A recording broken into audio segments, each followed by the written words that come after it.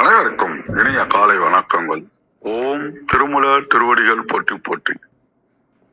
திருமந்திரம் 6ஆம் தந்திரம் 14வது அத்தியாயம் பக்குவன்ல 2வது பாடலாக 1691 என்று நாம் சிந்திக்கின்றோம். பதைத்து ஒழித்தேன் பரமா உணநாடி, அதைத்து ஒழித்தேன் இனி யாரோடும் கூடேன், சிதைத்து அடியேன் வினை சிந்தனை தீர, உதைத்து உடையாய் உகந்து ஆண்டு அருளாலே. அப்படின்னா நார்மலா வாழ்க்கையில நமக்கு ஏற்படக்கூடிய விஷயத்த, சிம்பிளான விஷயத்தை தான் இங்க நமக்கு இந்த மந்திரத்துல சொல்றதா நான் உணர்றேன். பதைத்தது ஒழித்தேன் அப்படின்னா ரொம்ப பதட்டமா இருக்கிறது, மனம் குழப்பம் பயம். அது ஒழித்தேன் அப்படின்னாக்கா அதுக்கு ஒரே சொல்யூஷன் செல்ஃப் கான்பிடன்ட் பில்டப் பண்ணிக்கிறதுக்கு, நான் இறைவனை நாடியதால் அது நீங்கி விட்டது அப்படின்றது இந்த இடத்துல அவர் நமக்கு விளக்க வராரு. அப்புறம் பரமாவனை நாடின்றாருங்க. அப்ப சிவன் மீது நம்பிக்கையோடு சரணாகதி அடைஞ்சிடுறது. அப்படி அடைஞ்சிட்டதுக்கு அப்புறமா அடுத்த வரியில பாத்தீங்கன்னா, உலக ஆசைகள் அலைச்சல்கள் எல்லாம் நம்மளுக்கு போயிடுது. வேற எதுலயும் நம்ம சேர மாட்டான், ஐம்புலங்களோட போய் ஐக்கிய மாட்டான் அப்படின்றாரு. அப்ப கொஞ்சம் கொஞ்சமா அவன் அடியனுடைய வினைகளை சிதைக்கின்றான். 3வது வரி, என்னுடைய பாவங்கள் கர்மங்கள் அனைத்தையும் இறைவன் அழித்து விட்டான். அப்ப சிந்தனை தீர உதைத்தது உடையாய் உகந்த ஆண்டு அருளாலே. அப்ப மனக்குழப்பம், சிந்தனைக்குரிய பிரச்சனைகள் எல்லாமே நமக்கு தீர்வு கிடைக்குது.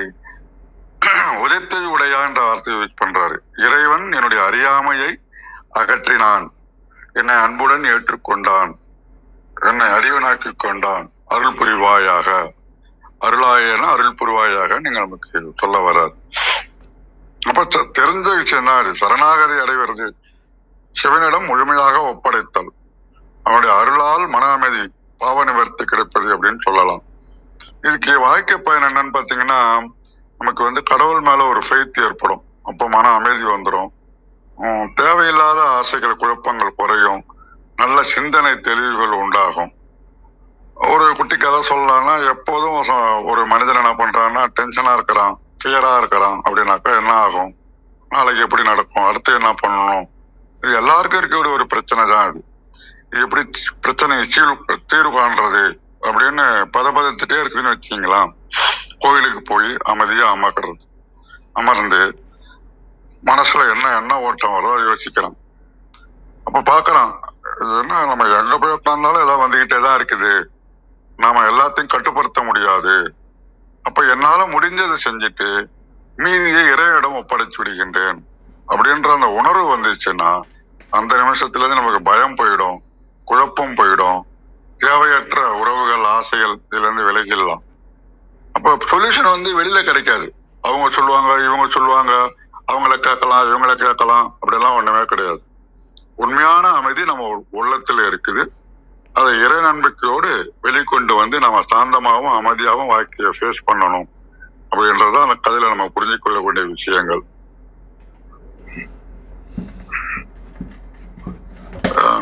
இன்னொரு விஷயம்,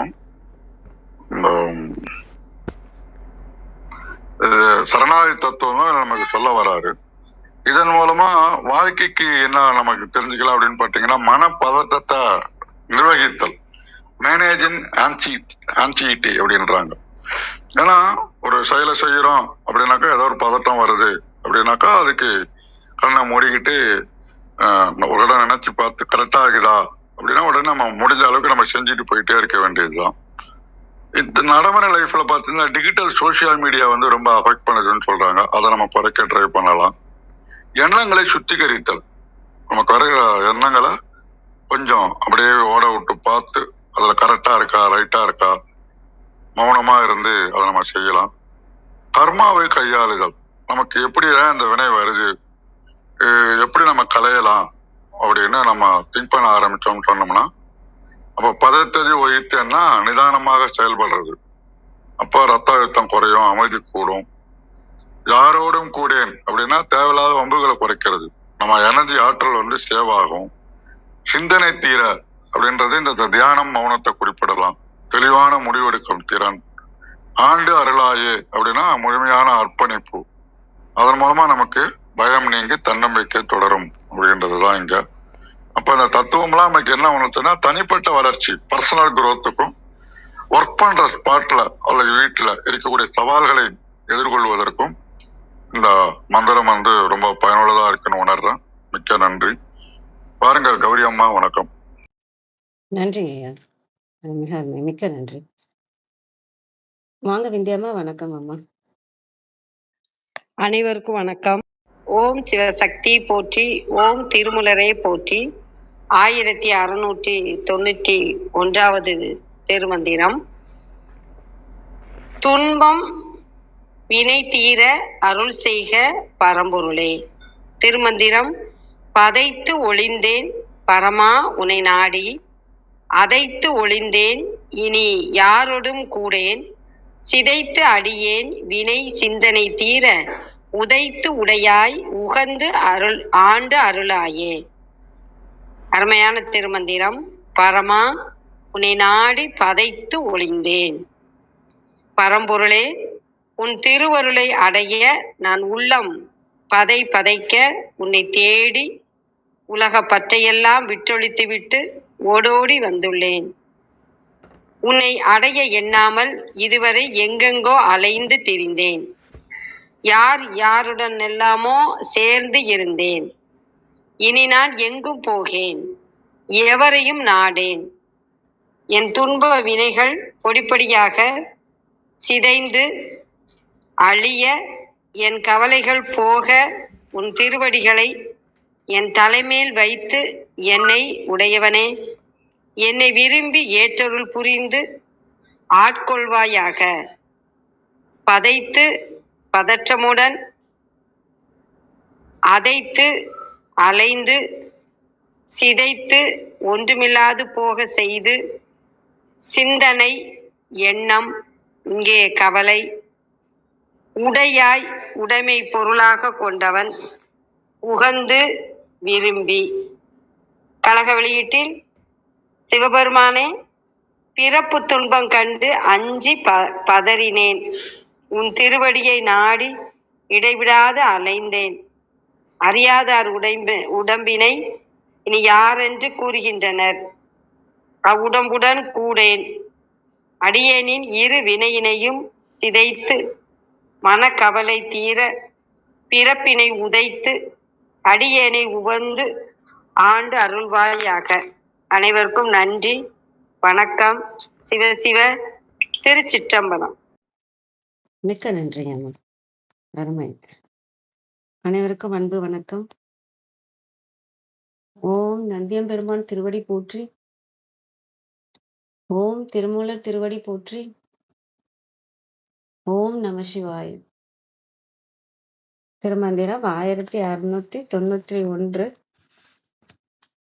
பதைத்தொழிந்தேன் பரமா உனை நாடி, எதைத் தொழிந்தேன் இனி யாருடன் கூடேன், சிதைத்தடியேன் வினை சிந்தனை தீர, உதைத்துடையாய் யுகந்தாண்டருளாயே. Translation. O Supreme Lord, by seeking you, I am free from agony. I am free from arrogance.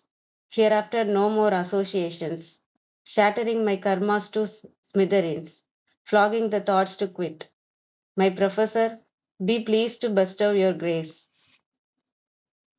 அப்படின்னு கொடுத்துருக்காங்க.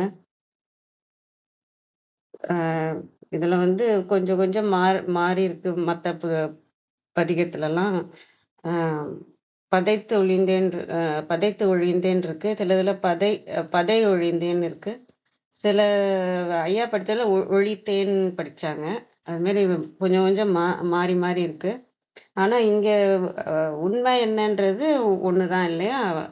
நான் வந்து இங்க பதையா பாக்குறது வந்து ஏன்னா நமக்குள்ள இருக்க மனம் தான் நம்மள்ட்ட பேசிக்கிட்டே இருக்கிறது. மனம் ஒன்று கொடுத்துருக்கிறதுனால தான், அதுக்கு ஒரு தேவைன்னு ஒரு விஷயம் இருக்கிறதுனால அது நம்மள்ட்ட பேசிக்கிட்டே பின்னாடி கமெண்ட்ரி ஓடிக்கிட்டே இருக்கிறதுனால அந்த மனம்ன்ற ஒன்று இருக்கு. அது அமைதின்ற நிலையில இல்லாததுனால அந்த இதை தான் இங்க நான் பதையா பார்க்குறேன். அதுதான் நமக்கு இருக்கிற துன்பம். நமக்கு இருக்கிற துன்பம்னு ஒண்ணுன்னா அதுதான்.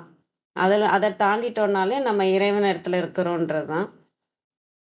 ஆ இப்ப வந்து இந்த மாதிரியும் பார்க்கலாம். நமக்கு வந்து துன்பம்னு சொல்லிட்டு நான் இறைவன தேடுறேன். இறைவன தேடுனா அ இறைவன தேடின பிறகு, இறைவன நாடின பிறகு தான் என்னன்னு தெரியும். நான் என்பது தான் இங்க துன்பம் அப்படிங்கிறது தெரியும். அப்ப அந்த நான எடுத்துட்டு நம்ம இறைவனையே அந்த இடத்துல வச்சுட்டோம்னா, அப்புறம் அந்த பாசம், பற்று, ஆணவம் இதெல்லாம் நம்மள விட்டு நீங்க நம்மள இறைவன் ஆட்கொள்வான்ற அந்த அர்த்தமும் புரியுது.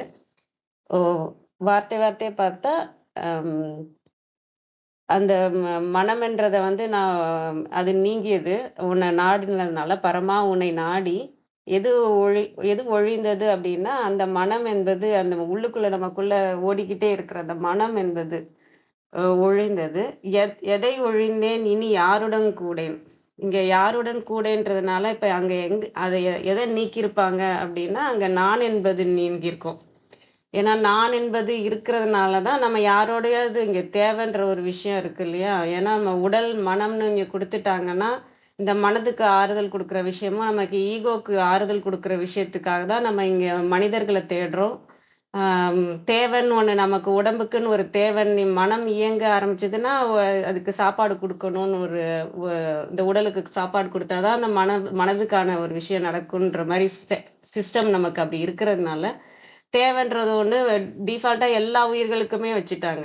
மரமா இருந்தா கூட அதுக்கு தண்ணி வேணும். அந்த மாதிரி ஒரு தேவை அப்படிங்கிறது வந்து குடுக்கப்பட்டிருக்கு. அப்ப நம்ம தேவைக்காக இன்னொருத்தவங்கள சார்ந்து இருக்கிறதாகவும், நம்ம அந்த மாரி தான் சிஸ்டம் அமைச்சிருக்காங்க. மனம்படி மனிதர்களாக நம்ம இயங்குறோம் அப்படின்னாலே, இங்க நமக்கு அ அ தேவைன்னு ஒரு இருக்கிறதுனால, நம்ம மத்தவங்கள சார்ந்து இருக்கிறோம். இப்ப நீங்க ஃப்ரெண்ட்ஸு எனக்கு நண்பர்கள் தான் முக்கியம் நீங்க நெனைக்கிறீங்க அப்படின்னா, ஏன் அப்படி நெனைக்கிறீங்க அப்படின்னா, உங்களுக்கு அவங்க வந்து ஈகோவ டச் பண்ண மாட்டாங்க. உறவுகள் உங்க கூட இருக்கிற உறவுகள் உண்மைய சொல்லுவாங்க. உங்கள வந்து சரி பண்ணணும்னு நெனைப்பாங்க. இதெல்லாம் நெனைப்பாங்க இல்லையா? உங்க நண்பர்கள் உங்கள சரி பண்ணணும்லாம் நெனைக்க மாட்டாங்க. அப்போதைக்கு ஆனந்தமா என்னோட இதையும் நான் ஷேர் பண்ணிக்கலாம். உங்களோட இதையும் நீங்க ஷேர் பண்ணிக்கலாம். நீங்க என்னோட ஆணவத்த தொடமாட்டீங்க. நாங்களும் உங்கள தொடமாட்டோம்.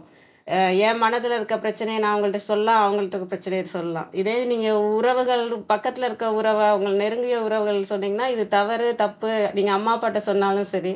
இது தப்பு, தவறுன்றதெல்லாம் உங்க அம்மா, அப்பா சொல்லுவாங்க. உங்க நண்பர்கள் சொல்ல மாட்டாங்க. உங்களோட மனச சந்தோஷமா வச்சுக்கிற மாரி தான் பேசுவாங்க. உங்க ஈகோவையும் சந்தோஷமா வச்சுக்கிற மாரி தான் பேசுவாங்க. அது உங்களோட மனதுக்கும், ஈகோக்கும் ஆறுதலாக இருக்கும். அதனால நீங்க வந்து மனிதர்கள வந்து அ தேடுவோம். யார்ட்டயாவது பேசுறது, நம்ம பேசினா நம்ம கஷ்டம்லாம் தீரணும். நம்ம நம்ம ஈகோ யாரும் தொடக்கூடாது. நம்ம இது பண்ணக்கூடாதுன்னு சொல்லிட்டு யாருக்கு அவங்களோட மனச கஷ்டப்படுத்தாதவங்க யாரோ அவங்கள தேடும். சில பேருக்கு நண்பர்கள் சரியா அமையாது. உறவுகள் நல்லா இருக்கும். உறவுகள்ல வந்து அவங்க ஈகோவ டச் பண்ணாம, அவங்க மனச கஷ்டப்படுத்தாம பார்த்துப்பாங்க. சில பேர்ட்ட நண்பர்கள் அப்படி இருப்பாங்க. மாறி, மாறி இருக்கும். உங்களுக்கு ஒருத்தவங்கள புடிச்சிருக்கு அப்படின்னா, அவங்களால உங்களுக்கு மனசு கஷ்டப்படல. உங்க ஈகோவும் கஷ்டப்படல. இல்லையா? அப்ப அந்த அந்த அந்த மாரி இருக்கிறப்பதான் மனிதர்களா இருக்கும்போது, நம்ம இன்னொருத்தவங்கள சார்ந்து சார்ந்து இருக்கிறதுனால நமக்கு தேவைங்கிறது இருக்கு. இதே இது நீங்க இறைவன கொண்டு வந்து அந்த நானுன்றதே தூக்கிட்டீங்கன்னா, அங்க நானுன்றது அந்த மனமும் இந்த தேவைன்றதுக்காக எதுக்கும் அது தேடல, ஏங்கல அப்படின்னா, நாங்க இறைவன மட்டும் தான் வச்சிருக்கேன்னா, இறைவன மட்டும் தான் நம்ம பார்க்க போறோம். இந்த உலகில் அந்த மனிதர்களாக இருக்கும்போது நமக்கு தேவைன்ற அந்த நிலை வந்து நீங்கிடும். எனக்கு ஆறுதல் சொல்றதுக்கும் இறைவன் இருக்காரு. நான் பேசுறதுக்கும் இறைவன் இருக்காரு. நான் என்னோட குறைகள சொல்றதுக்கும் இறைவன் இருக்காரு.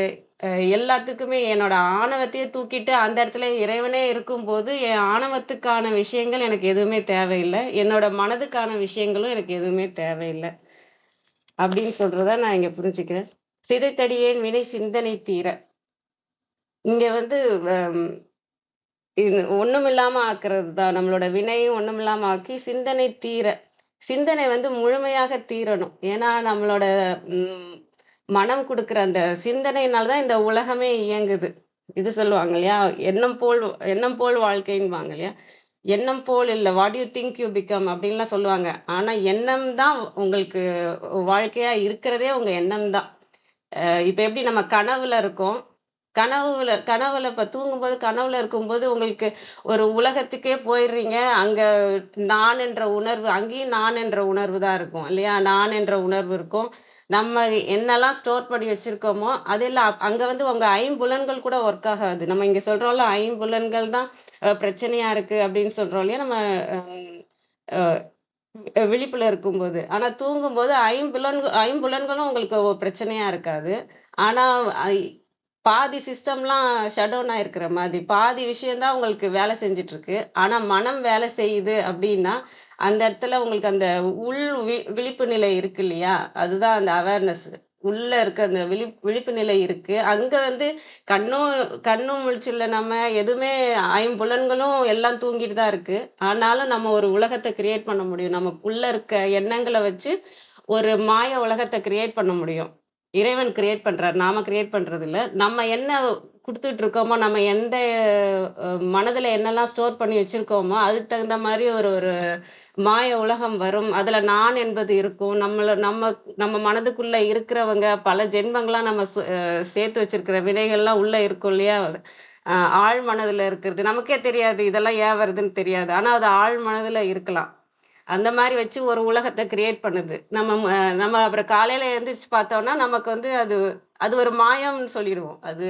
அதெல்லாம் ஒண்ணுமே இல்லையே! நான் அதெல்லாம் உண்மையே இல்லையே! அப்படின்னு சொல்லுவோம். அது வந்து தற்காலிகமாக வந்துட்டு போயிடுறது. ஏன்னா இங்க இது அது வந்து குட்டியா நமக்கு காமிக்குது. இது மாயம் தான் அப்படிங்கிறத நமக்கு காமிக்கிற ஒரு விஷயம் தான். இதே தான் இங்கேயும் நடக்குது.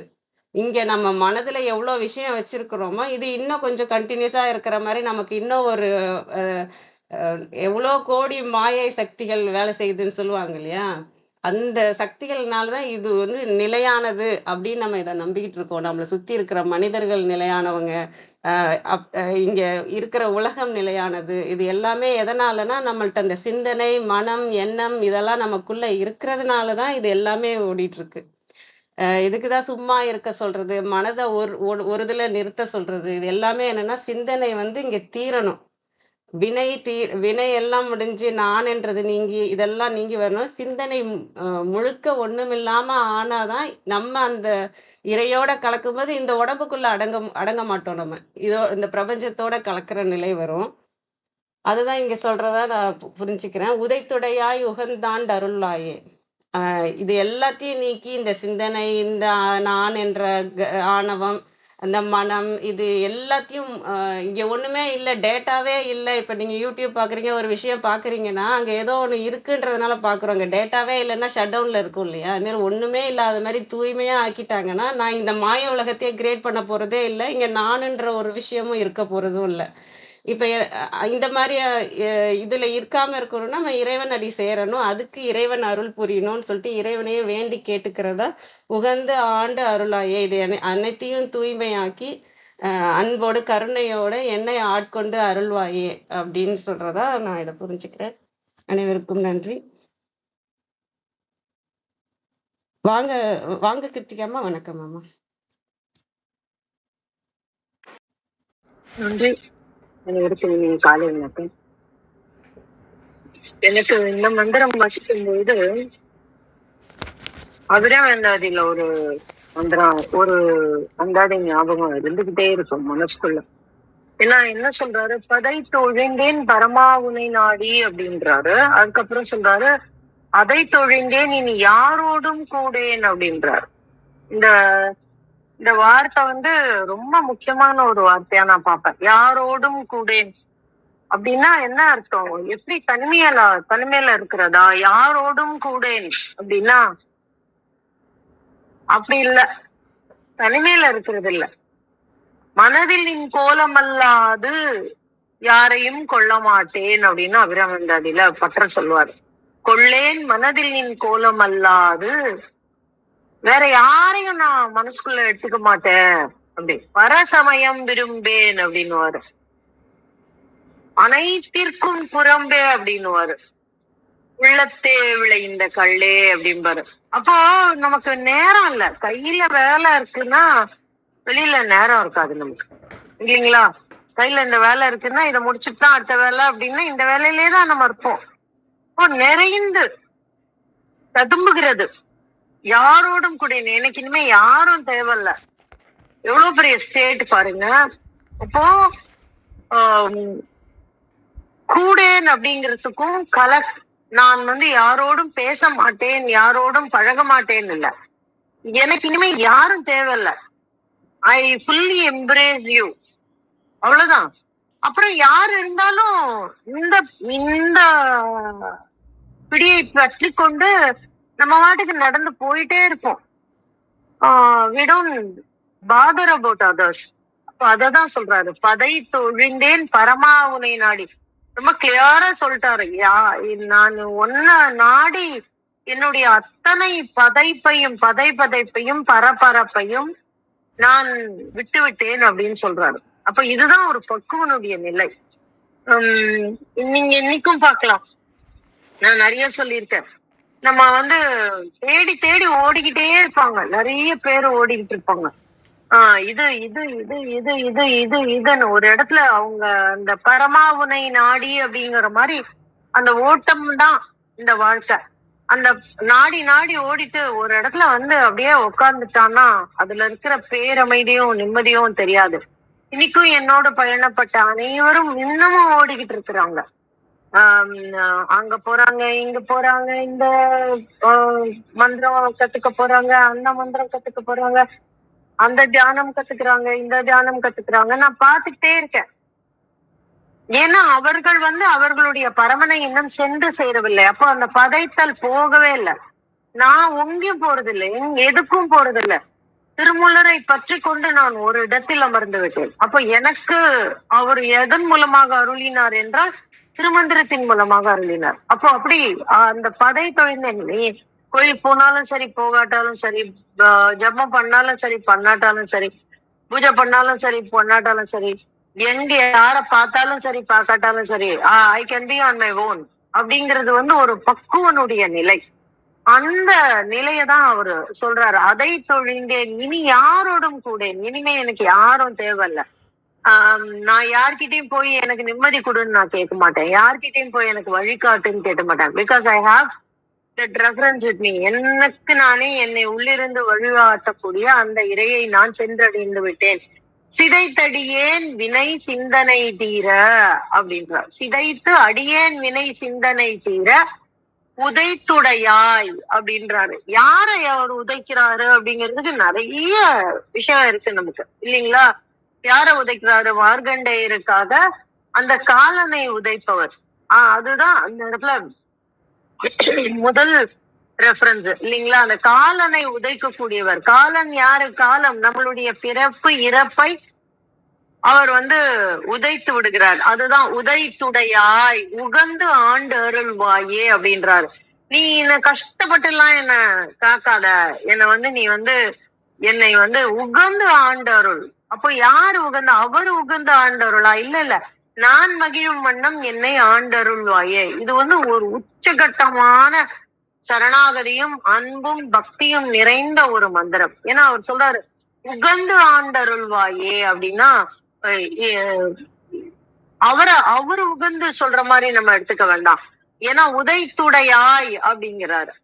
அவரை வந்து ஒரு புது பெயர் வச்சு கூப்பிடுறாரு, உதைத்துடையாய். எதை உதைக்கிறார் அவர் அப்படின்னு பாத்தீங்கன்னா, நம்மளுடைய புராணங்கள்ல நிறைய அவர் உதைக்கிறது, காலனை உதைப்பது அப்படின்னு மார்கண்டேயருக்காக. அதுக்கப்புறம் திரிபுரம் எரிக்கும் பொழுது அவர் வந்து உதைக்கிறது இருக்கு. அதற்கு பிறகு ஒரு கட்டத்துல காளியை கூட அவர் வந்து உதைக்கிறதா இருக்கு. அப்ப அந்த காளி வந்து எதனுடைய ரெஃபரன்ஸ் அப்படிங்கிறத நம்ம பார்க்கலாம். அது வந்து கோபம், அந்த காளியினுடைய அகங்காரம், அதை உதைப்பவர் அப்படின்னு. இந்த உதைக்கிறதுக்கு நிறைய ரெஃபரன்ஸ் இருக்கு நமக்கு, நிறைய புராணங்கள்ல நமக்கு வந்து சொல்லி கொடுத்திருக்காங்க. அப்போ அவரை அங்கனம் செய்தவரே நீ என்னுடைய உதைக்கிறது மாத்திரம் இல்ல, சிதைத்து அடியேன் வினை சிந்தனை தீர. அப்ப இந்த வினை எங்கிருந்து வருகிறதுன்னு இந்த இடத்துல ஒரு குறிப்பு வைக்கிறாரு. என்ன சொல்றாரு? அடியேன் வினை சிந்தனை தீர அப்படின்றாரு. அப்ப அந்த சிந்தனை தான் அந்த வினைக்கு காரணம். அப்போ அந்த சிந்தனையை அவர் சிதைக்கிறார் அப்படின்னு அர்த்தம். அப்பதான் அந்த முன்னாடி இருக்கிற வார்த்தையில இருக்கிற யாரோடும் கூடேன் அப்படிங்கிற வார்த்தையும் இதுவும் ஒத்து போகும் நமக்கு. ஏன்னா நம்ம வந்து ஒரு இடத்துல உட்கார்ந்து இருந்தோம்னா அந்த இடத்துல மாத்திரம்தான் இருக்கணும். அந்த இடத்துல மாத்திரம்தான் இருக்கணும்னா அது எங்க இருக்கணும்னா பரமனை நாடி இருக்கணும். அதுக்கு முந்தின வார்த்தை பரமா உனை நாடி. அப்ப வேற எங்க இருந்தாலும் சினிமா தியேட்டர்ல இருந்தா 3 மணி நேரத்துல படம் முடிஞ்சு போயிடும். வெளியில போயிடணும் நம்ம. சமையல் பண்றதுன்னா அந்த ஒரு 40 மினிட்ஸ்ல எல்லா வேலையும் முடிஞ்சிடும். தூக்கி போட்டு ஓடி வந்துடலாம். ஆபீஸ்க்கு போனா 8 மணி நேரம் வேலை முடிச்சுட்டு ஓடி வந்துடலாம். இமெயில் பார்த்தா 5 minutes depends on the email. வேலை முடிச்சுட்டு ஓடி வந்துடலாம். டிவில படம் பார்த்தோம் இல்ல டிவி பார்த்தோம் அப்படின்னா நியூஸ் பார்த்தா கூட இப்பெல்லாம் 10 செகண்டுக்கு 10 நிமிஷத்துக்கு ஒரு தடவை ஒரு ஆட் வருது. அப்ப கூட ஒரு இடைவெளி இருக்கு. அப்ப எல்லா நேரங்கள்லயும் இடைவெளி இருக்கு. ஆனால் இந்த சிந்தனையற்ற நிலை எப்ப வரும்னா நம்ம ஒன்றோடு ஒன்று பிணைத்திருக்கும் பொழுதுதான் அந்த சிந்தனையற்ற நிலை. உறக்கம் ஆழமா இருக்கும்போது பாருங்க, நீங்க வேற உறக்கம் வேற இல்ல, ரெண்டும் ஒண்ணு போல இருக்கு. அப்ப சிந்தனையே இல்ல. எப்ப கனவு வர ஆரம்பிச்சிருச்சோ அப்பவே நீ உறக்கத்தை விட்டு வெளியில வந்துட்டோம்னு அர்த்தம். அப்போ எப்பொழுது ஒன்றுடன் ஒன்று பிணைந்து நிற்கிறதோ அப்பொழுதுதான் சிந்தனை இல்லை. அதனாலதான் அவர் சொல்றாரு, சிதைத்த அடியேன் வினை சிந்தனை தீர அப்படிங்கிறாரு. அப்போ உன்னுடைய சிந்தனை தீர்ந்தால் உன்னுடைய வினை தீர்ந்து விடும். அப்ப எப்படி உன்னுடைய சிந்தனையை தீர்ப்பது அப்படின்னா, யாரோடும் கூடாது பரமனை நாடி இருந்தால் என்ன நடக்கும்? சிந்தனை தீர்ந்து விடும். அப்ப சிந்தனை தீர்ந்தா என்ன நடக்காது? பதைத்தலே இருக்காது, அந்த பரபரப்பு இருக்காது. நிதானமான ஒரு வாழ்க்கை முறை, நிதானமான ஒரு எண்ணம் மனசுக்குள்ள சதா இறை சிந்தனை இருந்துகிட்டே இருக்கும். அப்படி இருந்தா அதை தொழிந்தேன், அவ்வளவுதான். இனிமே இந்த உலக வாழ்க்கையில இருக்கக்கூடிய எந்த துன்பமும் நம்மை பற்றாது. அதை தொழிந்தேன். இதையெல்லாம் யாரு தரப்போறாங்க? யாரால தர முடியும்? உதைத்துடையாய். எத்தனை விஷயங்களை நீ உதைத்திருக்கிறாய், அந்த உதைத்துடையாய். அப்படின்னா இந்த இடத்துல நம்ம சிந்தனை தீர உதைத்துடையாய் அப்படின்னும் நம்ம எடுத்துக்கலாம். அப்போ உதைத்தல் அப்படிங்கிறது உதைத்துடையாய்னு இறைவனுக்கு ஒரு அழகான ஒரு ஒரு ஒரு பணி, ஒரு அவருடைய ஒரு செயலை இந்த இடத்துல திருமந்திரத்துல திருமூலர் நமக்கு காட்டி தருகிறார். உகந்து ஆண்டருள்வாயே அப்படின்றார். அப்போ நீ சந்தோஷப்படுற மாதிரி இல்ல, அவர் எல்லா நேரமும் ஆனந்தமா தான் இருக்கிறாரு. அவருடைய அந்த அலையை தொட்டால் நமக்கும் ஆனந்தம் வந்துவிடும். அதனாலதான் சொல்றாரு, நம்ம கால் பட்டு அவர் உதைக்கும் போது அவர் கால் நம்ம மேல படாதா? அப்ப நம்ம மேல பட்டுட்டா அந்த இடத்துல அந்த அந்த அந்த அதிர்வு, அந்த அலை நம்ம உள்ள துளிர்க்காதா? அதனாலதான் சொல்றாரு, உகந்து ஆண்டருள்வாயே. அப்ப உன்னோட சந்தோஷம் எனக்கும் வந்துடட்டும், நான் உன்னை பற்றி கொள்கிறேன் அப்படின்னு அந்த பக்குவன் என்ன செய்யணும் அப்படின்னு ரொம்ப அழகா இந்த இடத்துல ஒரு பக்தியின், அதாவது பக்குவனுடைய உயர்ந்த நிலை என்ன அப்படின்னா பக்குவப்படுறதுதான்.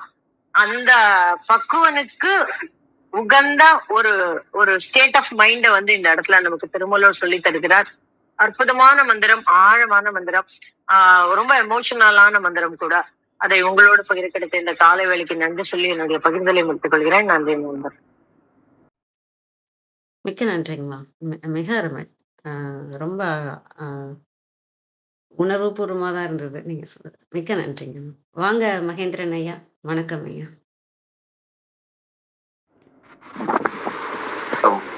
வணக்கம், அனைவருக்கும் வணக்கம். தற்போது இந்தியா வந்திருக்கிறேன்.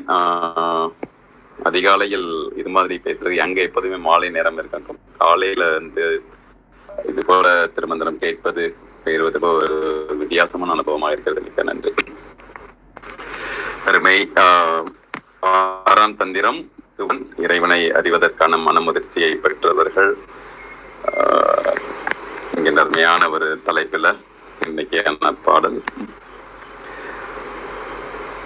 பாதை தொழிந்தேன் பரமா உன்னை நாடி, அதை தழுந்தேற்றி இனி யாரோடும் கூடேன், பதைத்து ஒழிந்தேன் பரமா உன்னை நாடி, அதைத்து எழுந்தேற்றி இனி யாரோடும் கூடேன், சிதைத்து அடியேன் வினை சிந்தனை தீர, சிதைத்து அடியேன் வினை சிந்தனை தீர, உதைத்து உடையாய் உகந்தாண்டருளாயே. உதைத்து உடையாய் உகந்தாண்டருளாயே உகந்தாண்டு அருளாயே பதைத்து ஒழிந்தேன் பரமா உன்னை நாடி. ரொம்ப அருமையான அது. மனம் கூட பயிற்சி உடைய மனம், பக்குவமான மனம் என்கின்ற ஒன்றை பார்க்கலாம். அந்த பயிற்சியோடும் பக்குவத்தோடும் இருக்கின்ற மனம் என்பது எப்போதும் நினைத்ததை நினைத்தபடி அடையும். அதுக்கு ஒன்று சொல்லுவாங்க, தாட் பிகம்ஸ் திங் அப்படிங்கிறது. நாம் எதை நினைக்கிறோமோ நினைத்ததுபடி அடைவதற்கு கால நேரமே இடையில இருக்கக்கூடாது அப்படின்னு சொல்லுவாங்க. அதுல அந்த இடைவெளி எவ்வளவுக்கு எவ்வளவு அதிகமாக இருக்கிறதோ அவ்வளவுக்கு அவ்வளவு இன்னும் நம்ம அதுல பக்குவம் அடையல, அதோட இன்னும் அலைன் ஆகல, அதோட நம்மளோட எனர்ஜி பேலன்ஸ் இல்லை அப்படின்னு சொல்லுவாங்க. சைக்காலஜியில் அப்படி சொல்லுவோம். அதே போலதான் இங்கு நாம் அந்த இறையை அடைவதற்கு இந்த பதைத்து என்பதை அதற்கு முன்னாடி இன்னொரு சொல்ல சேர்த்தோம்னா பதபதைத்து அப்படின்னு சொல்லுவோம்ல, பதபதைப்போட பண்றது. அப்ப அது ஒரு மாதிரியான ஒரு துடித்தடிப்பு. எப்போதுமே அந்த அந்த ஒரு நிலையில் ஒன்றாமல் இந்த ஒன்றி நின்று அறிவை பழக்குதல் என்கின்ற தன்மை இல்லாமல் இருக்கும்போதுதான் அந்த படைபடைப்போடு இருக்கும்.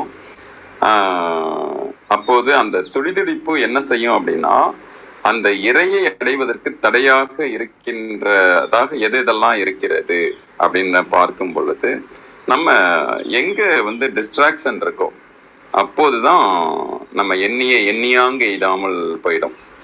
அப்போது அந்த டிஸ்ட்ராக்ஷன் எல்லாமே தடைதான். அது எல்லாமே நாம் எதை நினைக்கிறோமோ நினைத்தபடி அடையாமல் இருப்பதற்கு, அது முக்தியை மீதான ஒரு வாழ்க்கை இருக்கும் பொழுது அந்த முக்தியின் வழியாக நம்மை எடுத்து செல்வதற்கு எதெல்லாம் தடையாக இருக்கிறதோ அந்த தடைகளை நம்ம வகைக்குட்படுத்த தேவையில்ல. அது என்னன்னு கூட பார்க்கறது தேவையில்ல. உன்னை அடைய வேண்டும், இப்ப அடைவதற்கு இதெல்லாம் தடையா இருக்கு அப்படின்னு பார்த்தோம்னாவே போதும். அப்ப உன்னை அடைய வேண்டும் என்பதில் தீவிரம் அதிகமா வந்துடும்.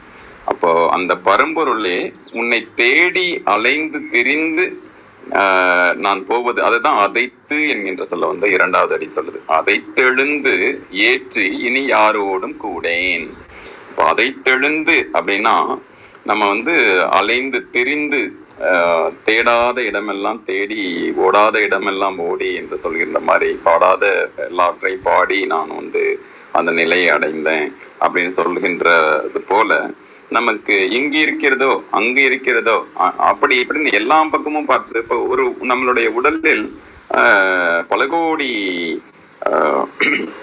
அந்த அணுக்களின் கூட்டமைப்பாக இருக்கிறது. இங்கு உயிர் எங்கு இருக்கிறது என்றால் நம்ம ஒரு இடத்தையா சொல்ல முடியும்? இதயத்தில் இருக்கு, இல்ல மூளையில இருக்கு, இப்படியா சொல்ல முடியும்? ஒவ்வொரு அணுவிலும் இருக்கிறது, எங்கெங்கும் இருக்கிறது. அப்ப அதே போலதான் இறையும் கூட நாம் இங்க இருக்கிறதோ அங்க இருக்கிறதோ என்று நம்ம தேடி போனோம் அப்படின்னா நம்ம மூடர்கள் தான் ஒரு வகையில. அந்த மூடத்தன்மையிலிருந்து நம்ம எப்படி பார்க்கணும்னா, எங்கும் இருக்கிறான், எதிலும் இருக்கிறான், எல்லா நிலையிலும் இருக்கிறான், இந்த நேரத்திலும் இருக்கிறான், எல்லா சூழலிலும் இருக்கிறான்ற அந்த ஒரு பார்வையில பார்க்கும் பொழுது அதை பார்க்க முடியும்.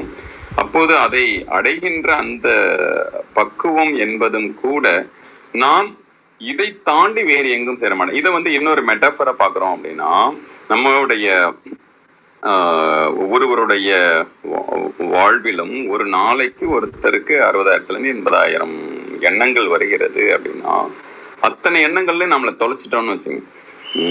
ரமணர் சொல்கின்ற அந்த நேத்தி அப்படி அதிலிருந்து கடந்து அப்படி பண்ணும் பொழுதுதான், அதாவது வேறு யாரோடும் கூடாமல் இருக்கின்றது. யாரோடும் கூடாதுன்னா எந்த மனுஷங்களோடையும் பேசக்கூடாது அப்படி கிடையாது. அல்ல எந்த ஒரு இதுல நம்ம ஓசோ ஒரு இடத்துல ஒண்ணு சொல்றாரு, நான் இந்த கவனிக்கின்ற தன்மை என்பதே நம்ம பார்க்கணும். ஒரு எறும்பு ஓடுது அப்படின்னா அதோடைய இயக்கம் எப்படி இருக்கு, அதோடைய சுறுசுறுப்பு எப்படி இருக்கு, அது எப்படி எது தேடி ஓடுது, இந்த மாதிரி ஒவ்வொன்றையும் நீங்க அப்சர்வ் பண்ண பாருங்களேன். இந்த அப்சர்வேஷன்ஸ் சொல்லுவாங்க. அது வாழ்க்கையுடைய ரொம்ப ஒரு நுணுக்கமான ஒன்றை அந்த கவனத்தின் மீதான கவனம் என்று நாம் அடிக்கடி சொல்லுவோம் இல்லையா? அது போல அதோடைய தன்மையை பார்க்கும் பொழுது நம்ம அந்த நோக்கத்தின் மீதான ஒரு தீவிரத்தன்மை அதை நம்மளால அடைய முடியும். அப்போது வேறு யாரோடும் கூடேன் என்பது வேறு எந்த எண்ணங்களிலும் நம்மளை வந்து தொலைத்து விடாமல், வேறு எந்தெந்த வகையில் எல்லாமே நம்மளுடைய இதுல இருந்து மாறி விடாமல் நம்ம வந்து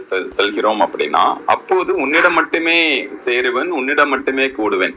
அந்த ஒன்னஸ் அப்படிங்கிறது எங்க இருக்கு அப்படின்னா, இறையோடு ஒருங்குகின்ற நிலை, ஒன்றுகின்ற நிலை, அதோடு எப்பயும் அந்த யூனியனிங் தாட்ல, அந்த யூனியனிங் வித் யூனிவர்ஸ் அப்படிங்கிற அந்த ஒரு தாட்ல வந்து நம்மளை வந்து கொண்டு வந்துக்கிட்டோம் அப்படின்னா, அப்போது நம்ம எந்த வகையிலையும் உடைந்து விட மாட்டோம். அதுக்கு அடுத்த அடி சொல்றது பாருங்களேன், சிதைத்து அடியேன் வினை சிந்தனை தீர என்பது. சிதைத்து அப்படின்னா என்ன? நம்மளுடைய அந்த நல்வினை தீவினை, அதாவது இருவினைகளையும் அழித்து இருவினை சேர், அதாவது நாம் கடந்து செல்லும் பொழுது அந்த ஒரு சமநிலையில், எண்ண சமநிலையில் உறுதியும் திடமும், அதே போலதான் எண்ண சமநிலை மாதிரியே நம்மளுடைய செய்கின்ற செயல், நம்மளோட ஒரு சிந்தனை இருக்கு, அந்த சிந்தனை செயலாக இருக்கு. இந்த இரண்டுமே வந்து சேர்ந்து அதுல அதனுடைய சரியான நிலையை வந்து சேர்ந்து போகணும் அப்படின்னா அதுல அந்த சமநிலையை நம்ம வந்து வைத்துக் கொள்ள வேண்டும். அந்த சமநிலையோடு அப்புறம் அந்த அந்த சிந்தனை வந்து வேற வேற இடத்துல வந்து சிந்தை சிதறாமல் இருக்கின்ற நிலையை வந்து வச்சுக்கிறோம் அப்படின்னா, அப்போது அங்கு அவனை நாம் ஒவ்வொரு முறையும் உணர முடியும் என்பது. அதே போல உதைத்து உடையாய் உகந்த ஆண்டு அருளாயே என்று சொல்லும் பொழுது, அந்த உதைத்து என்பதை இந்த மாதிரி உடைந்து போகின்ற வகையில் அப்படிங்கிற ஒரு பார்வையிலையும் வந்து அதை சொல்றாங்க. ஸோ அப்படி பார்த்து நம்மை அந்த ஒரு இறை சிந்தனையில் இறை அந்த உயர்நிலைக்கு நம்மளை வந்து எடுத்து செல்வதற்கு எந்த வகையிலையும் நம்ம உடைந்து போகாத வகையில வந்து போகணும். ஏன்னா எப்போது இந்த மனம் ஒரு டாமினேஷன் எடுத்துக்குதோ அப்போது இந்த மனத்தின் பின்னாடி போயிட்டா என்ன ஆகும் அப்படின்னா, தான் கல் குடித்த குரங்குக்கு தேல் கடித்த பேயும் பிடித்தது போல என்கின்ற மனம் என்கின்ற வகையில் நம்ம சைவ முறையும் சொல்கிறது, விவேகானந்தர் அவருடைய இதுலையும் சொல்றாரு. ஸோ அப்ப என்ன ஆகுது அப்படின்னா, அந்த மனம் போன போக்கிலே மனிதன் போகலாமா என்கின்ற வகையில் அந்த மாதிரி ஆகிடுறாம அப்பதான் வந்து இந்த உடைகின்ற நிலையெல்லாம் போயிடும். அப்போது அந்த உயர்நிலையை பார்க்காமல் மற்ற சின்ன சின்ன ஒரு துயரங்களில், சின்ன சின்ன தடைகளில், சின்ன சின்ன இதுல வந்து நம்மளை வந்து தொலைச்சு போயிடுற மாதிரி ஆயிடும். ஸோ அது மாதிரி இல்லாமல் அந்த ஒருங்குகின்ற நிலையில் அதில் ஆண்டு அருள முடியும், அதில் வந்து திகழ முடியும். அந்த ஒரு ஆண்டவன் என்கின்ற நிலையில் வந்து நம்மளை வந்து ஒப்படைத்து கொண்டு உயிர்ப்பு நிலையை பெறுகின்ற ஒரு நிலையை தான் உடைத்து உடையா உகந்து ஆண்டு அருளாயே என்கின்ற ஒரு நிலையை வந்து சொல்கிறார். அதாவது என்னை ஆட்கொண்டு அருள், எப்படி என்னை ஆட்கொண்டு அருள்னா, என்னை மனமு வந்து ஏற்றுக்கொண்டு இந்த அடியனை ஏற்றுக்கொண்டு உன்னிடம் ஆட்கொண்டு அருள், உன்னுடைய தொண்டனாக, உன்னுடைய அடியனாக அடியாளாக வந்து என்னை ஆட்கொண்டு அருள மாட்டாயா அப்படின்ற ஒரு நிலையோடு இதை வந்து சொல்கிறார். இந்த பக்குவம் என்கின்ற அந்த ஒரு நிலை என்பது ஒரு முழுமை நிலை என்று சொல்லலாம். அதுல ஒரு சுதந்திர நிலை, அதாவது இந்த முக்தி நிலை என்று அதை சொல்லலாம். அந்த பக்குவ நிலை என்பது ஒரு முதிர்ச்சி உடைய ஒரு நிலை என்று சொல்லலாம். அதாவது இதுல எப்படின்னா, ஒரு அரைவைக்காட்டான பழத்தை சாப்பிட முடியாது. நம்ம அருமையா அதுலயே மரத்திலேயே பழுத்த ஒரு பழமாக இருக்கிறது அப்படின்னா அது வந்து அவ்வளவு ஒரு சுவையா இருக்கும், அது நல்ல ஒரு இதா இருக்கும். அதே போல ஒரு விதை என்பதும், அந்த விதைக்கு நம்ம விதை தேர்வு செய்தல் என்பதே ஒரு விவசாயிகளாக இருக்கின்ற நிறைய பேருக்கு தெரியும். நம்ம அந்த விதை தேர்வு என்பது மிகப்பெரிய இது. அப்ப அந்த விதை தேர்வாக இருக்கணும் அப்படின்னா அதோடைய சரியா இருக்கும், அதோடைய பக்குவம் சரியா இருக்கும். அப்போதுதான் அந்த விருட்சம் மகிழ்ச்சி இன்னும் பல வகையில விளைச்சல் கொடுத்து கொண்டே போகும், அதோடைய தொடர்ச்சி வந்து இருந்து கொண்டே இருக்கும். அந்த விதை தரம் இல்லை அப்படின்னா அதனுடைய அடுத்தடுத்த இது வந்து இருக்காது. அப்போ அந்த பக்குவமும் விதைக்கு தேவை என்பது மாதிரிதான் நம்மளுடைய எண்ணம் எண்ணியாங்கு எய்த முடியாமல் இருப்பதற்கு அந்த பக்குவமான எண்ணமாக இல்லாவிட்டாலும் அந்த எண்ணம் நிறைவேறாது. அப்பதான் ஒரு முறை செய்துவிட்டு அடைவது அல்ல இது, நம்ம முழுமை அடையும் முறை செய்வதுதான் முயற்சின்னு சொல்லுவோம். ஒரு முறை முயற்சித்து விட்டு அது ஆகலை அப்படின்னு சொல்லலாம். அப்ப அந்த முழுமை அடைவது தான் பக்குவ நிலை. இது மாதிரி இந்த பக்குவத்தை பல நிலைகளில் நம்ம வந்து ஆராயலாம். மிக அருமையான இந்த ஒரு தலைப்புகளில் வருகின்ற பாடல்களை நம்மளுடைய ஒவ்வொருவருடைய வாழ்க்கையிலும் கூட அன்றாடம் நடக்கின்ற நிகழ்வுகளோடு ஒப்புமைப்படுத்தி பார்த்தால் இன்னும் தன்மாற்றம் மிக அதிகமாக நிகழும். இந்த தன்மாற்றத்துக்கு தயாராக இருப்போம். நன்றி. நன்றிங்க ஐயா. மிக அருமை. மிக்க நன்றிங்க ஐயா. வாங்க வாங்க அர்த்தநாரி ஐயா. வணக்கம் ஐயா.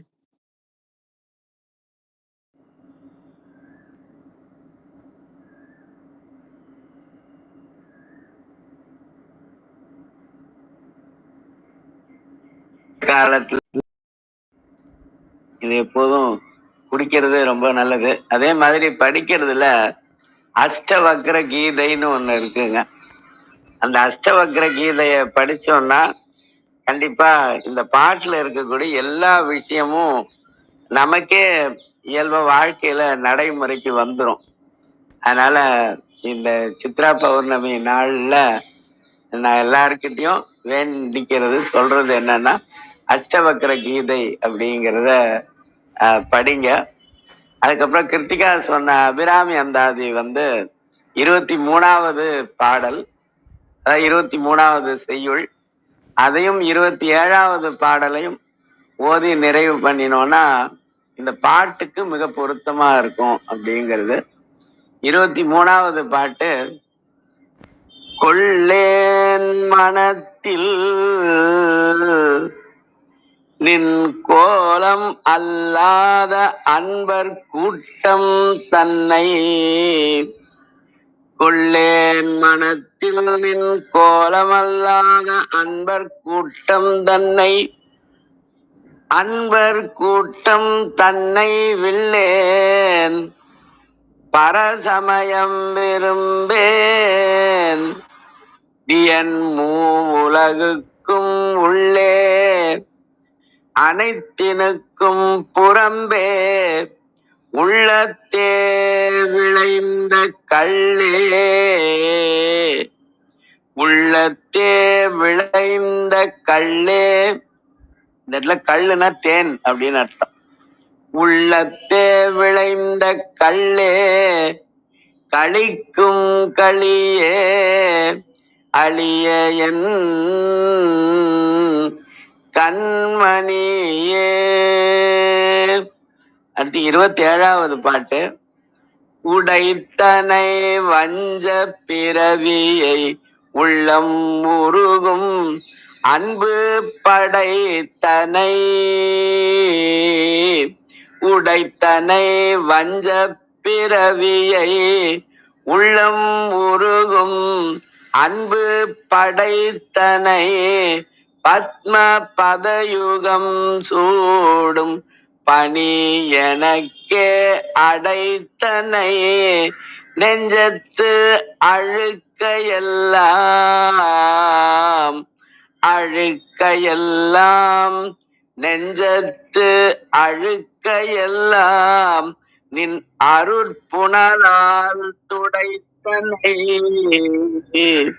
நெஞ்சத்து அழுக்கையெல்லாம் நின் அருட்புணலால் துடைத்தனை, சுந்தரி நின்னருள் ஏதென்று, சுந்தரி நின்னருள் ஏதென்று சொல்லுவதே, ஆடும் பரிவேல் அணி சேவலென பாடும் பணியே பணியாய் அருள்வாய், வாழ்க சீரடியாரெல்லாம். சிவா திருச்சிற்றம்பலம். நன்றி. நன்றிங்க ஐயா. மிக்க நன்றி. மிக அருமை ஐயா. ரொம்ப நல்லா இருந்துச்சு. மிக்க நன்றி. எதுவும் கேள்வி ஏதாவது இருக்குங்களா? நிறைவு செஞ்சுக்கலாங்களா? வணக்கம். இந்த மாட்டே ஒரு கேள்வி, இந்த சித்ரா பௌர்ணமியோடைய ஸ்பெஷல் என்ன, அதோடைய தன்மைனா இன்னைக்கு சித்ரா பௌர்ணமி இன்னும் ரொம்ப வந்ததா இருக்கு இல்லைங்களா? அதாவது மேஷம் அப்படிங்கிறது முதன்மையானது. 12ல மேஷராசியில வரக்கூடிய பௌர்ணமி தான் ரொம்பவும் முதன்மையான பௌர்ணமியா இருக்கிறதுனால, சித்திரை தமிழ்ல ஐ வர்றதெல்லாம் வடமொழியில ஆ வரும் சார். கங்கை கங்கா, அது மாதிரி சித்திரை சித்ரா அப்படிங்கிறதுனால அது சித்ரா பௌர்ணமி அப்படின்னு சொல்றோம். பொதுவாகவே பௌர்ணமி அப்படிங்கிறதுக்கு அப்புறம் வரக்கூடியது தேய்பிறையா இருக்கும். ஆனா அதுல இருந்து தெய்வ சிந்தனையிலேயே நம்ம இருக்கணும். அப்புறம் வளர்பிறையில உலகியல் சிந்தனையில இருக்கலாம். அதனால பௌர்ணமியில தொடங்கி நம்ம தேய்பிறை முழுக்க தெய்வ சிந்தனையில இருக்கணும் அப்படிங்கிறது தான் நம்முடைய முன்னோர்கள் நமக்கு சொன்னது. மகேந்திரன் சார், இது இன்னும் சிறப்பான விளக்கம் தான் சொல்லுவாங்க. நன்றி. நன்றி ஐயா.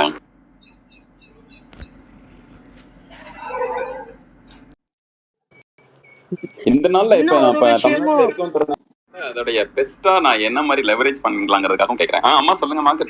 அம்மா இன்னும் ஒரு விஷயமும் இருக்கு. இந்த நம்ம தெரியும் பௌர்ணமி அன்னைக்கு சூரியனுடைய நிலையும் சந்திரனுடைய நிலையும் ஒரே நேர்கோட்டுல இருக்கும் அப்படிங்கறதும் நமக்கு தெரியும். அப்போ நம்ம பாத்தீங்கன்னா உத்தராயணம் ஆரம்பிச்சிருக்கு. அப்போ சூரியன் நகர்ந்து கொண்டே இருக்கக்கூடிய ஒரு நிலையில இருப்பாரு. தட்சிணாயனம்னு 6 மாசம், உத்தராயணம்னு 6 மாசம். இப்போ உத்தராயணம் எப்ப ஆரம்பிக்கும்னா தையில ஆரம்பிக்கும். இப்போ தை, மாசி, பங்குனி 3 மாசம் முடிஞ்சு இப்போ ஒரு நடு நிலைமைக்கு ஒரு கோடு 6 மீட்டர்னு வச்சுக்கோங்களேன். 3 மீட்டர் கழிஞ்சு அந்த நடு புள்ளியில நிக்கிறாரு இந்த இடத்துல. அதுக்கு பிறகு இதற்கு மேல எங்க ஆரம்பிக்குன்னா அடுத்த கட்டத்தை நோக்கி, அடுத்த எண்டை நோக்கி. இப்ப வலதுபுறம்ல இருந்து இடதுபுறம் போகுது அப்படின்னா அந்த நடுவுல நிக்கிறாரு. இனிமே அடுத்த இலக்கை நோக்கி அவர் பயணிக்க ஆரம்பிப்பாரு. சோ இது சந்திரனுடைய பொசிஷனை வச்சு, நிலைய வச்சு சூரியனையும் நம்ம புரிஞ்சுக்கிற ஒரு நாள். அப்ப நடு நிலையில் நிற்கக்கூடியது. அது மாதிரி ஐயா சொன்ன மாதிரி மேஷம் அப்படிங்கிறது நம்ம தமிழ் மாசத்தை நம்ம சித்திரன்னு சொல்ற மாதிரி மேஷ மாசம் அப்படின்னு தான் நம்ம சொல்லுவோம். அப்ப அந்த மேஷ மாசத்துல மேஷ ராசியில சூரியன் பிரவேசிக்கிற ஒரு தன்மை இருக்கக்கூடிய மந்த். அதுல வரக்கூடிய பௌர்ணமி அப்படிங்கிறது. பௌர்ணமிங்கிறது என்னைக்குமே முழு நிலவு அப்படிங்கிறது அந்த பௌர்ணமிக்கு உண்டான சிக்னிபிகன்ஸ் நமக்கு தெரியும். நீங்க இன்னைக்கு அழகர் ஆற்றல் இறங்குறாரு. மதுரையில அவ்வளவு பெரிய விசேஷம். நீங்க பாத்தீங்கன்னா எல்லா கோவில்கள்லயும் இன்னைக்கு நிறைய வழிபாடுகள் இருக்கும். நம்ம கலந்துக்கலாம். நீங்க இன்னும் இதனுடைய எஃபெக்ட் இன்னும் இந்த அஷ்டமி வரைக்கும் இருக்கும். சோ நீங்க சித்தர்கள் பூமியில எங்கெல்லாம் போக முடியுமோ இந்த 8 நாள்ல உங்களால பயணப்பட முடிஞ்ச அளவுக்கு நீங்க பயணப்பட்டீங்க. இந்த இந்தியால இருக்கிற நாள்ல நீங்க அதை உபயோகம் பண்ணிக்கலாம். அது ரொம்ப விசேஷமான ஒரு தன்மையை நமக்கு தரும். மிக்க நன்றிங்கம்மா, மிக்க நன்றி. இப்போ தற்போது இங்க சமயபுரம் பக்கத்துலதான் இருக்கேன். நிச்சயமா நீங்க சொன்னது போல மற்ற வாய்ப்புகளையும் சித்த பூமிகளையும் முடிஞ்ச அளவுக்கு தரிசிக்கணுங்கிற எண்ணம் இருக்கு. மிக்க நன்றிங்கம்மா, மிக்க நன்றி. மேச மாசம்னு ஒரு பேர் இருக்கு, அந்த மாதிரி ஒரு பேர் இருக்கு. சந்திராயனம் சூரியாயனம் ரெண்டு விதமான இல்ல மேஷ ராசி மேஷ மாசம்னு இருக்கு. ஆனா சித்திரைக்கு அப்படி ஒரு பேர் உண்டு. நீங்க பாத்தீங்கன்னா மலையாளத்துல எல்லாம் கர்க்கடக மாசம், மேஷ மாசம், மீன மாசம் அப்படின்னு அந்த நம்மளுடைய அந்த சுழற்சி தான். ஆனா அவங்க அப்படி ஒரு பேர் சொல்லுவாங்க. ஏன்னா அது அவங்க சந்திரனுடைய சுழற்சியை மையமா வச்சு அவங்க பெயரிட்டு இருப்பாங்க. அதனால நம்ம இந்த சித்திரையில இருந்து பங்குனி வரைக்கும் இருக்கிற மாதிரி அவங்க மேஷத்துல இருந்து அதுக்கு முன்னாடி 12வது ராசி மீனம் வரைக்கும் அவங்க ஆமா அப்படி சொல்லுவாங்க. அது இப்ப இந்த மாசம் முதல் மாசம் மேஷம்னா 2வது மாசம் ரிஷபம் அந்த மாதிரி வரும்.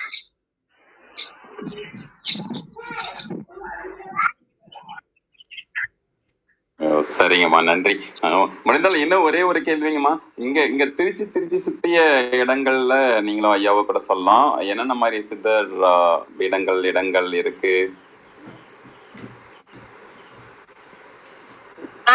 நான் கொஞ்சம் நேரம் கொடுங்க, நான் யோசிச்சு உங்களோட நம்பர் வேணா எனக்கு இந்தியா கான்டாக்ட் நம்பர் வேணா எனக்கு வாட்ஸ்அப் பண்ணுங்க, நான் உங்களுக்கு அனுப்பிச்சு விடுறேன். நல்லதுங்க, நன்றி நன்றி. ஒண்ணு ரொம்ப முக்கியமான இடம் என்ன அப்படின்னா, நீங்க சமயபுரம் இருக்கிறதுனால ஆத்தாவை போய் பாத்துருங்க. அடுத்தாப்புல அமணமலை அங்க இருக்குங்க. அங்க அது என்ன மலை சொல்லுவாங்க? உம் ரொம்ப முக்கியமான மலை அது. நான் அதையோ எனக்கு டக்குன்னு பேர் வரல. 3 நிலையில இருக்கக்கூடிய மலை. நான் அது பேர் யோசிச்சு சொல்றேன் உங்களுக்கு. நல்லதுங்கம்மா, நன்றி நன்றி. இங்க உத்தமர் கோயில் அது சொல்றீங்கன்னு நினைக்கிறேன். நான் மும்மூர்த்திகளும் இருக்கிற இடம். நன்றி நன்றி, மிக்க நன்றி. நம்முடைய குழுமத்தில் எப்போதும் ஒரு பேர் அதிர்வை நான் எப்பயும் உணர்கின்ற அது. ஏன்னா நம்மோடு அப்படியே திருமூலர் வாசம் செய்து கொண்டே இருக்கிறார் ஒவ்வொரு நாளும் நம்மளுடைய உள்ளங்களிலும் இல்லங்கள். மிக்க நன்றி, மிக்க நன்றி. நன்றிங்க ஐயா. நன்றிங்க அம்மா. அனைவருக்கும் நன்றி. நிறைவு செஞ்சுக்கிறோம். வேற எதுவும் கேள்வி இல்லை, நிறைவு செய்யணும். நன்றி. இன்று எங்களுடன் இணைந்த அனைத்து உள்ளங்களுக்கும் எங்களது மனமார்ந்த நன்றிகள். மீண்டும் நாளை காலை 6:30 மணிக்கு சந்திப்போம். தளம் நிறைவு பெறுகிறது. திருமூலர் திருவடிகள் சரணம் சரணம். திருமூலர் திருவடிகள் சரணம் சரணம். திருமூலர் திருவடிகள் சரணம் சரணம். அனைவருக்கும் நன்றி. ஓம் நம சிவாய.